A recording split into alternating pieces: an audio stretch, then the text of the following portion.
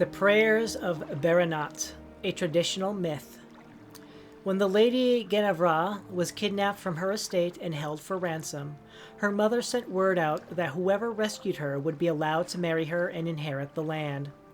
Unfortunately, in those troubled days, kidnappings, murders, and thievery were rampant, and there was a dearth of able-bodied adventurers for such assignments.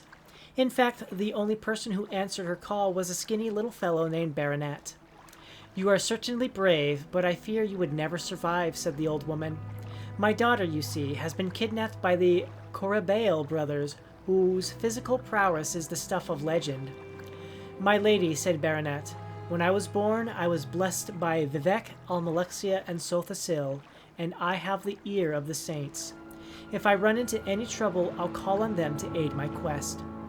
Doubtful, but having no other prospects, the old woman sent Baranat off, explaining that the Four Brothers' camp was to the north. In the center of the camp, the eldest and most powerful brother, Iron Corabale, was holding Lady Genevra personally. Each of his brothers guarded a different post along the valley. Baranat would have to defeat each to rescue the lady. Baranat rode many miles through the northern swamps before he came to the first of the brothers' guard posts. There he saw Vanus Corabale, the youngest of the brothers, watching the valley for intruders. Vanus was known to be faster than the wind, a warrior who could thrash his opponents before they even unsheathed their weapons. Baranat took a look at his sad cut-rate iron blade and prayed to the saints. Saint Veloth the pilgrim appeared before Baranat in shining robes and smiled upon him.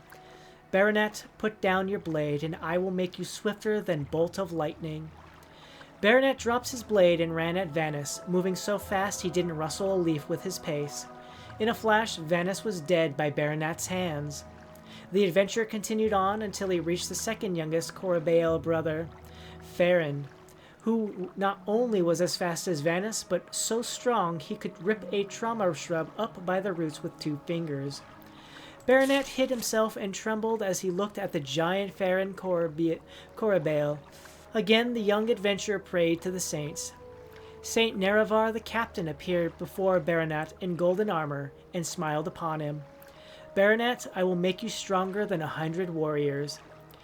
Baranat rushed at Farron, knocking the giant through a boulder which turned to dust on impact.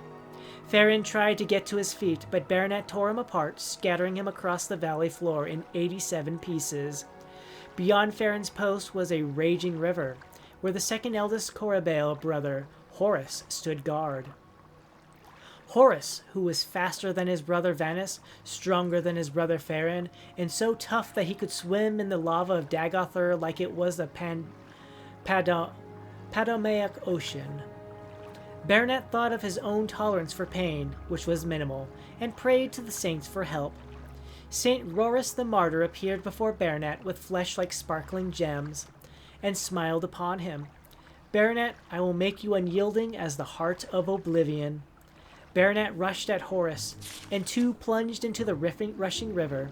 For 12 hours they wrestled one another under the water, until Horus could hold his breath no more and drowned. Baranat pulled himself out of the river and continued down the valley until he reached the camp.